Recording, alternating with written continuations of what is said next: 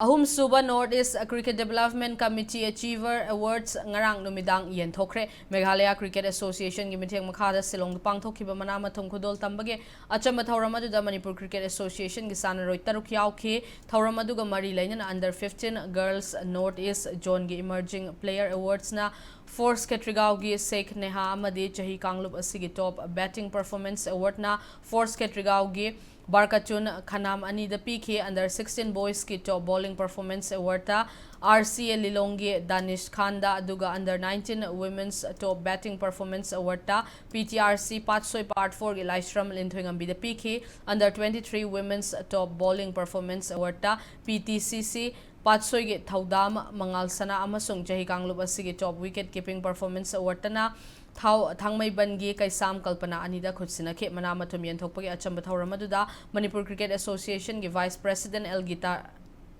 Gitaranjan, Secretary L Ronel, Treasurer CH Nisikanta, Joint Secretary Seth Sultan Ahmad Hamadi, Association Asigi Joint Secretary Githau Puramba, K Bobin Su Sarukyake.